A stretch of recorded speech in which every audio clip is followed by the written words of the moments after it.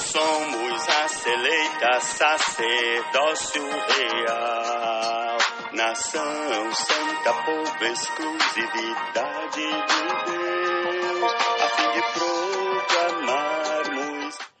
Leitura bíblica referente a 11 de agosto. Neemias, capítulos 1 e 2, mais o capítulo 3 até o versículo 14. 1 Coríntios, capítulo 7, versículos 1 a 24. Salmo 31, versículos 19 a 24. Provérbios 21, versículo 4. E a música é a edificação da casa de Deus. Jesus é o Senhor. Alcançamos misericórdia, assim não somos mais estrangeiros e peregrinos, mas concidadãos. Amém. Em nome de Jesus, comecemos aqui com Neemias, capítulo 1. Palavras de Neemias, filho de Acalias, no mês de Quisleu, no 20º ano, quando eu estava na cidade de Suzã, veio Anani, um dos meus irmãos, com alguns homens de Judá. Então lhes perguntei a respeito dos judeus que escaparam e que sobreviveram ao exílio e a respeito de Jerusalém. E eles me responderam: os restantes, os que sobreviveram ao exílio e se encontram lá na província, estão em grande miséria e humilhação. As muralhas de Jerusalém continuam em ruínas, e os seus portões foram destruídos pelo fogo. Quando ouvi estas palavras, eu me sentei, chorei e lamentei por alguns dias. Fiquei jejuando e orando diante do Deus dos céus. Eu disse: Senhor, Deus dos céus, Deus grande e temível, que guardas a aliança e a misericórdia para com aqueles que te amam e guardam os teus mandamentos. Estejam atentos os teus ouvidos e os teus olhos abertos, para que atenda a oração do teu servo, que hoje faço diante de ti, dia e noite, pelos filhos de Israel, teus servos. Faço confissão dos pecados dos filhos de Israel, os quais temos cometido contra ti. Eu e a casa de meu pai pecamos. Temos procedido de forma totalmente corrupta contra ti, e não guardamos os mandamentos, nem os estatutos, nem os juízos que ordenaste a Moisés teu servo. Lembra-te da palavra que ordenaste a Moisés teu servo, dizendo: se vocês forem infiéis, eu os espalharei entre os povos. Mas se vocês se converterem a mim, guardarem os meus mandamentos e os cumprirem, então, ainda que os seus desterrados estejam nos lugares mais distantes da terra, de lá os ajuntarei e os trarei para o lugar que escolhi para fazer habitar o meu nome. Estes ainda são teus servos e o teu povo que resgataste com o teu grande poder e com a tua mão poderosa. Senhor, estejam atentos os teus ouvidos à oração do teu servo e à oração dos teus servos, que se agradam de temer o teu nome. Faze com que o teu servo seja bem-sucedido hoje e encontre misericórdia diante desse homem. Nesse tempo, eu era copeiro do rei. Jesus é o Senhor. Amém. Eleita sacerdócio real, nação santa, povo, exclusividade de Deus, a fim de Amém. Vamos ao capítulo 2 de Neemias. No mês de Nisan, no 20º ano do reinado de Artaxerxes, uma vez posto o vinho diante dele, eu o peguei e ofereci ao rei. Ora, nunca antes eu tinha estado triste diante dele. Então o rei me disse: por que o seu rosto está triste se você não está doente? E isso tem de ser tristeza do coração.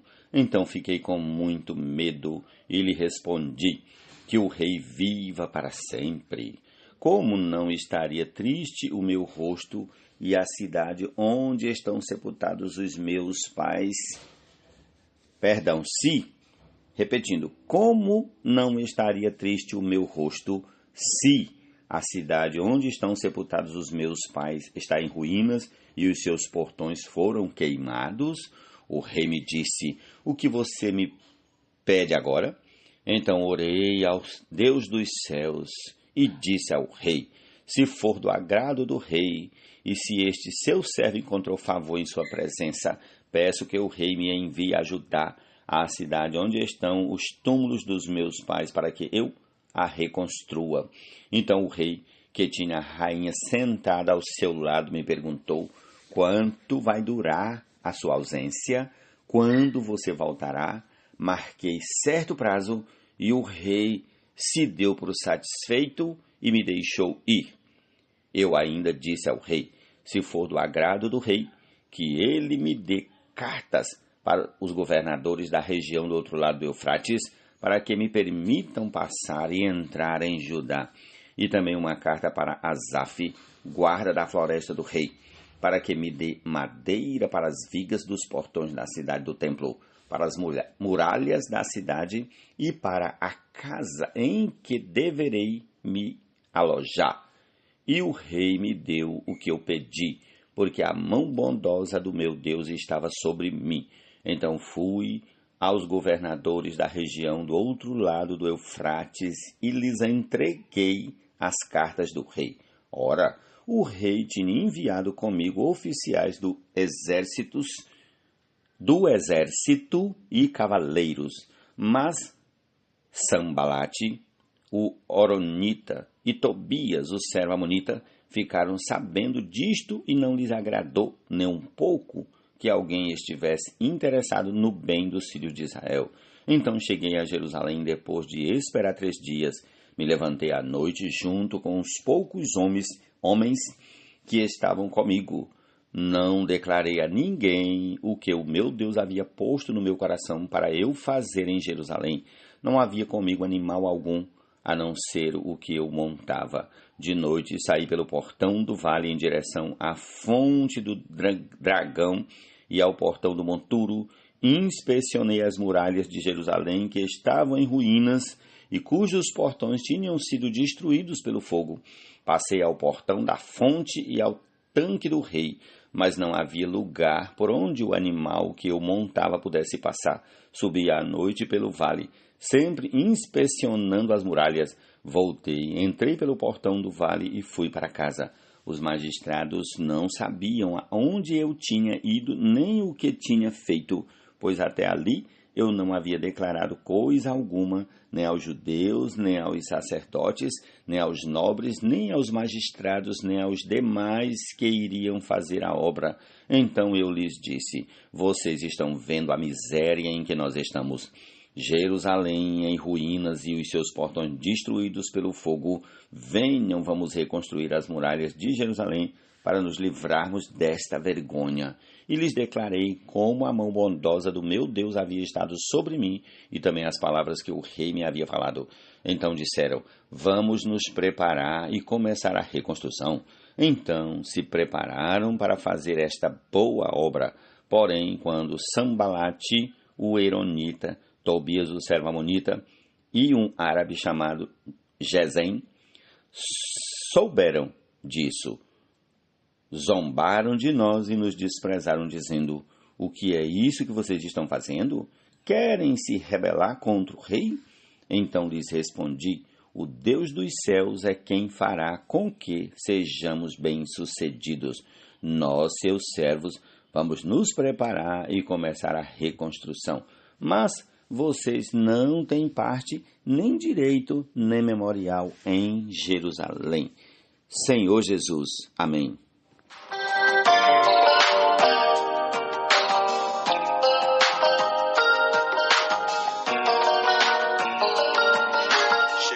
Vamos ao capítulo 3, do versículo 1 até o 14. Então o sumo sacerdote Eliasibe se levantou com os seus irmãos, os sacerdotes, e reconstruíram o portão das ovelhas. Eles o consagraram, colocaram os portões no seu lugar e continuaram a reconstrução até a torre do Sem e a torre de Ananel. Ao lado dele trabalharam os homens de Jericó e, ao lado deles, Zacu, filho de Inri. Os filhos de Asenaar reconstruíram o portão dos peixes, colocaram as vigas e os portões nos seus lugares com os seus ferrolhos e as trancas. Ao lado deles, quem fez os reparos foi Meremote, filho de Urias, filho de Cós. E ao lado deste, Mesulão, filho de Berequias, filho de Mesesabel. Ao lado deste, Zadok, filho de Baaná, fez os reparos. Ao lado destes, trabalharam os tecoitas, mas os seus nobres não se sujeitaram ao serviço do seu senhor. Joiada, filho de Pazéias, e Mesulão, filho de Besodias, repararam o portão velho. Colocaram as vigas e os portões nos seus lugares, com os seus ferrolhos e as trancas. Ao lado deles, trabalharam Melatias e Repetindo, versículo 7. Ao lado deles, trabalharam Melatias, Gibeonita e Jadom, Meronotita, homens de Gibeão e de Mispa, que pertenciam ao domínio do governador de além do Eufrates. Ao seu lado, quem fez os reparos foi Uziel, filho de Araías, um dos ourives, e ao lado dele, Ananias, um dos perfumistas. Eles restauraram Jerusalém até a muralha larga. Ao lado destes, trabalhou Refaías, filho de Ur, governador de metade do distrito de Jerusalém. Ao seu lado, Jedaías, filho de Arumafe, fez os reparos em frente da sua casa. E, ao seu lado, Atus, filho de Azapneias, fez os reparos. Malquias, filho de Arim, e Assub, filho de Patmoabe, repararam o trecho seguinte e a torre dos fornos. Ao lado dele, quem fez os reparos foi Salum, filho de Aloés, governador da outra metade do distrito de Jerusalém. Ele e as suas filhas, Anum e os moradores de Zanoa, repararam o portão do vale. Eles o reconstruíram, colocaram os portões no seu lugar com os seus ferrolhos e as trancas, e ainda consertaram 500 metros de muralha até o portão do monturo. O portão do monturo foi reparado por Malquias, filho de Recabe, governador do distrito de Bet-Aquerem. Ele o reconstruiu, colocou os portões no seu lugar com os seus ferrolhos e as trancas. Jesus é o Senhor. Amém. Cresce para santuário dedicado ao Senhor.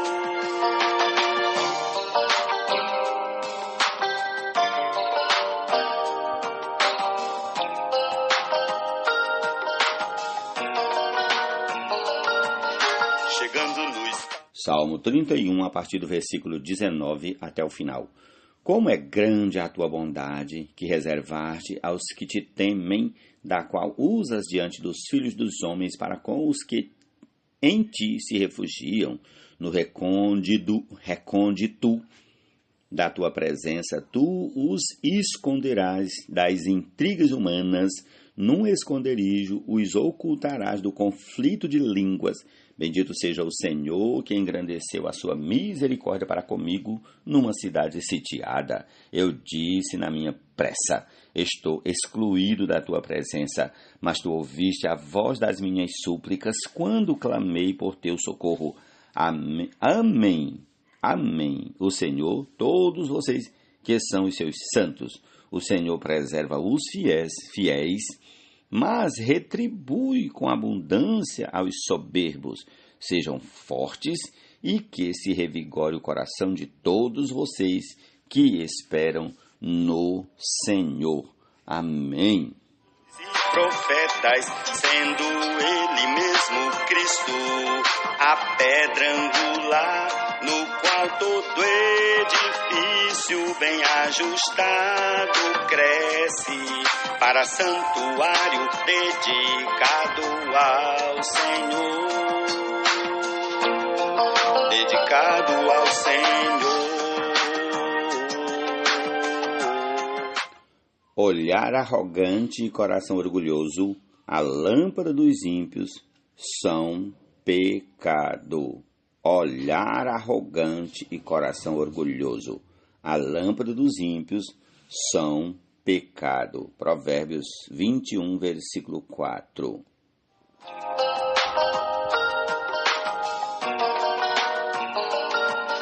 Nós somos a eleita sacerdócio real, nação santa, povo, exclusividade de Deus, a fim de proclamarmos as virtudes daquele que nos chamou das trevas para a sua maravilhosa luz.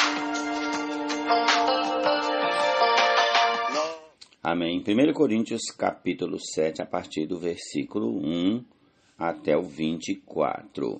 Quanto ao que vocês me escreveram, é bom que o homem não toque em mulher. Digo que, por causa da imoralidade, cada homem tenha a sua esposa e cada mulher tenha o seu próprio marido. Que o marido conceda à esposa o que lhe é devido e também, de igual modo, a esposa ao seu marido. A esposa não tem poder sobre o seu próprio corpo, e sim o marido. E também, de igual modo, o marido não tem poder sobre o seu próprio corpo, e sim a esposa. Não se privem um ao outro, a não ser talvez por mútuo consentimento por algum tempo para se dedicarem à oração. Depois retomem a vida conjugal para que Satanás não tente vocês por não terem domínio próprio. E digo isto como concessão e não como mandamento. Gostaria que todos os homens fossem como eu. No entanto, cada um tem de Deus o seu próprio dom. Um, na verdade, de um modo, outro de outro. E aos solteiros e às viúvas, digo que lhes seria bom se permanecessem no estado em que também eu vivo. Mas se não conseguem se dominar, que se casem, porque é melhor casar do que arder em desejos. Aos casados, ordeno não eu, mas o Senhor, que a mulher não se separe do marido, mas se ela se separar, que não se case de novo ou que se reconcilie com seu marido, e que o marido não se divorcie da sua esposa. Ou aos outros digo eu, não o Senhor. Se algum irmão estiver casado com uma mulher não crente, e esta concorda em morar com ele, não se divorcie dela. E se uma mulher estiver casada com um homem não crente, e este concorda em viver com ela, que ela não se divorcie do marido, porque o marido não crente é santificado no convívio da esposa, e a esposa não crente é santificada no convívio do marido crente. Se não fosse assim, os filhos de vocês seriam impuros, porém agora são santos. Mas se o não crente quiser separar-se, que se separe. Em tais casos, não fica sujeito à servidão nem o irmão nem a irmã. Deus chamou vocês para viverem em paz. Pois você, ó mulher, como sabe se salvará o seu marido? Ou você, ó marido, como sabe se salvará a sua mulher? No mais, que cada um ande segundo o que o Senhor lhe concedeu, conforme Deus o chamou. É isto que ordeno em todas as igrejas. Foi alguém chamado estando circunciso? Não desfaça a circuncisão. Foi alguém chamado estando incircunciso? Não se faça circuncidar. A circuncisão em si não é nada. A incircuncisão também nada é. Mas o que vale é guardar os mandamentos de Deus. Cada um permaneça na vocação em que foi chamado. Você foi chamado sendo escravo? Não se preocupe com isso. Mas se você ainda pode tornar-se livre, aproveite a oportunidade. Pois quem foi chamado no Senhor sendo escravo é liberto, que pertence ao Senhor. Do mesmo modo, quem foi chamado sendo livre é escravo de Cristo. Vocês foram comprados por preço. Não se tornem escravos de homens. Irmãos, cada um permaneça diante de Deus na condição em que foi chamado. Essa é a nossa porção desse dia, e concluamos ouvindo aí a música, a edificação da casa de Deus. Jesus é o Senhor. Amém.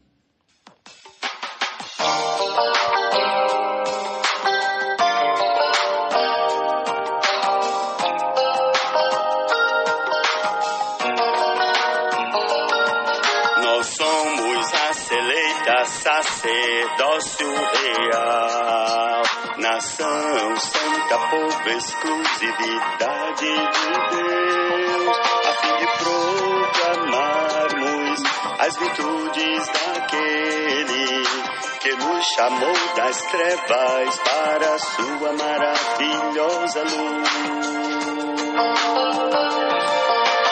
Nós que antes não éramos o povo agora somos povo, o povo de Deus, que não tínhamos alcançado misericórdia, mas agora alcançamos misericórdia. Assim não somos mais estrangeiros e peregrinos, mas concidadãos dos santos, somos a família de Deus, edificados sobre o fundamento dos apóstolos e profetas, sendo Ele mesmo Cristo, a pedra angular, no qual todo edifício bem ajustado cresce, para santuário dedicado ao Senhor.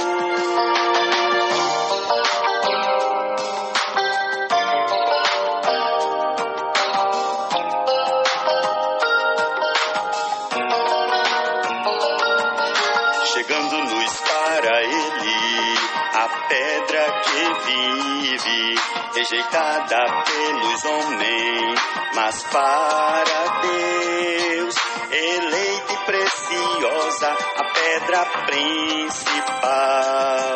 Ele é o Filho amado, em quem Deus se apraz. Também nós mesmos, como pedras vivas, edificados casa espiritual, somos sacerdócio santo, a fim de oferecermos sacrifícios espirituais agradáveis a Deus. Assim não somos mais estrangeiros e peregrinos, mas concidadãos dos santos, somos a família de Deus, edificados sobre o fundamento dos apóstolos e profetas, sendo Ele mesmo Cristo, a pedra angular, no qual todo edifício bem ajustado cresce, para santuário dedicado ao Senhor. Dedicado ao Senhor, dedicado ao Senhor.